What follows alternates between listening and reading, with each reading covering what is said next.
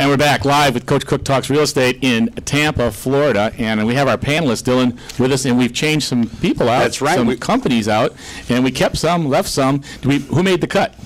Well, let's see. This gentleman to my left. He made the cut. What happened? I don't know. More about home inspection. Say hello, Jeff. Yeah, Jeff Christie, Buyer's Choice Home Inspection for the next segment. Great to be with you guys. Right. Thank you for coming. Yeah, we got Todd on the end.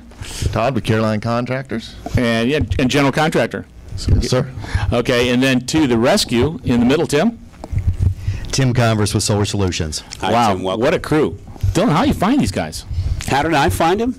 I'm lucky. That's how, Coach. We are well connected. You know it. What are we talking about? We're going to continue to talk about how we can buy, improve, and hold, and do well in today's economy of real estate.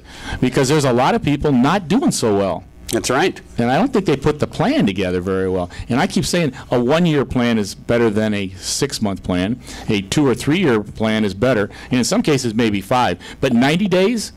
Todd, you're in the contracting business. It costs money, right, to do construction? Absolutely. So the payback, if they went out there in your business and they go in and do something, no matter what they do, it's going to be hard, we know, to bring that value up in the appraisal value. But there are some things you can do. Give me some idea of the range of your company. You can do from what to what? Well, we specialize in the commercial industry. A lot of strip stores, a lot of banks, VA commercial work, VA residential work. As well, in this days, we do a lot of room additions, and we're seeing a big change with people. They're not spending the money going and buying new homes. They're renovating their new homes, and ultimately what they're wanting to do right now is find the big bang for the buck. And how can I get that down the road? Because realistically, these people now are going to stay in their houses 10 years more than they were planning on doing it. Exactly. And, you know, if we were to do some kind of an improvements, you guys could actually work together.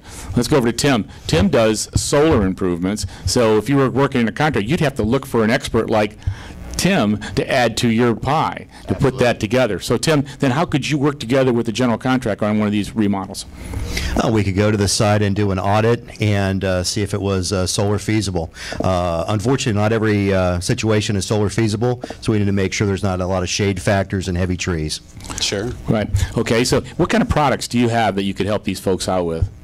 We could help them with reducing their electrical bill monthly by adding solar pool heating, solar hot water, and definitely solar electricity systems. Wow. So you have your own installation crew for your products. Now, does that cause any problems with the general contractor? Did I just kind of go back and forth? No, absolutely not. On that kind of particular item, we'd hire him as a sub anyway. There you go. There you go. And then if all along comes Jeff, Jeff comes in, he does the home inspection. Jeff, you'd probably focus on some of that too for value, right? For the purchase and the benchmark? Oh, absolutely. You know, I think I have to be educated much more now with all the environmental changes and the solar and, you know, everything that's air quality. There's a lot of changes going on with the construction industry that need to be paid attention to. Absolutely. Wow. You know, I'm thinking about all the stuff you guys are doing. There's people out there, we talk about this, Dylan, they're not getting it, are they? No. They don't want to buy solar. Would you have something to say about that? That just, are you angry about that? Are you I do sick have about it? something to say about that, Coach Cook. That does make me angry. I want to know why people don't use the power of the sun to heat their house and their pool, save that money. Yeah, they can't save money. They can't save money. Stupid is and stupid does, Coach Cook. That's right. You know, Todd, do you recommend, I bet today when we leave here, we're going to come up with some ideas that we haven't even thought of before. But the solar concept of using solar to save money, that may allow them in a payback in what? We talk, it's like a hot water, Tim. We're talking how many years on a payback on something like that? Usually the payback's between 4 and 5 years. 4 and 5 pretty years. reasonable. Okay, and of course with the pool, heating the pool, that's a comfort thing. Really big comfort. That's a luxury item. Luxury. You know, you spend all that money to build a swimming pool. It makes absolutely no sense to be able to, if you don't extend your swim season to a good 10, 12 months. Right. I couldn't agree more. Because what happens to a pool if you don't run the filters and the pool and the pumps and the motors? I mean, it doesn't last very long. It must run. It doesn't look like a pool anymore that you don't want to swim in there. You know, I know a home inspector used to come out all the time for me, and he'd say, we looked at the pool and there would be cracks and the Marsite would all be bad. He said, but you still get wet. But when it's all green and yucky, they don't go in. You know, so you can get by some of that maintenance side, but when it comes to, you know, keeping a pool active, you want it to look nice or you don't go in it. And you want it warm for some people. Oh yeah, and the maintenance is you're going to spend money monthly to maintain that pool, so you might as well use it. That was the whole idea when you purchased it. Right. I want to hear victory stories, gentlemen. Jeff, I'm going to start with you. I'd like a feel-good story. Tell us about a client that you've helped that you're very, very proud of. Okay, this was probably about, well, probably a year ago, and I was went over to do an inspection. There was a young lady in the home, and she was very quiet, and she had two little kids, like both under 3 years old, and I was doing my thing, doing the inspection, and then I noticed she started crying. And I normally, you know, won't get involved. I just said, "Is anything wrong, or, you know, want me to come back another time, or you know, anything I could do?"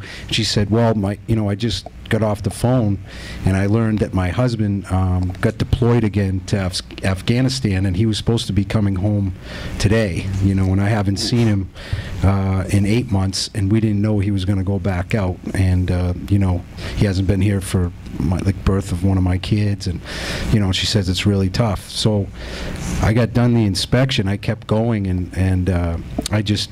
That's all I had in my mind. So I went back out, and I said to her, I said, you know, I truly appreciate, and my company does, the service that your husband provides, and I want you to know that today this inspection is on a buyer's choice, you know, because I feel that you need to have a break, and you're doing a lot on your own, and good luck with everything. So that was really important to me. Yeah. Good for you, Jeff.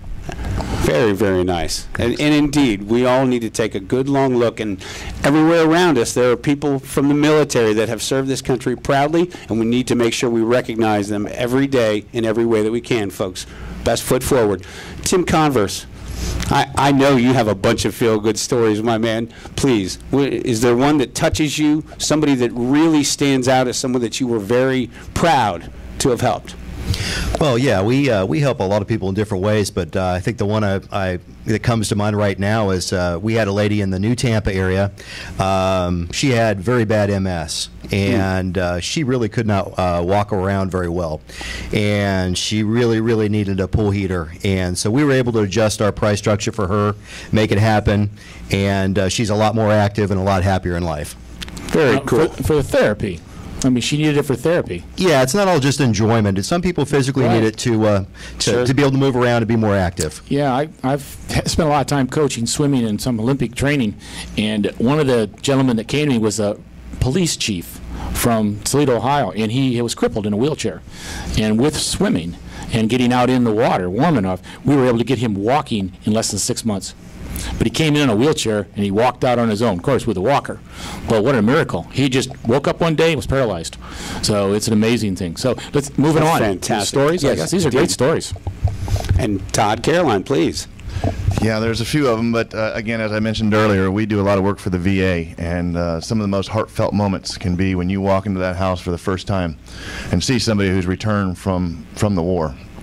And what we do is we go in there and make that home accessible to them, and so they can maneuver, operate, you know, get on with their life as best as they can. And just recently, we did a complete renovation for a quadriplegic because they had just come back from the war, and just, you know, this guy's seen everything that we haven't seen. Sure. And he is just down to earth, and he's still smiling. And I think probably the proudest moment is going in there and creating an atmosphere for him that he can actually live and enjoy as he did, I guess, well, as he did, but on a different level now.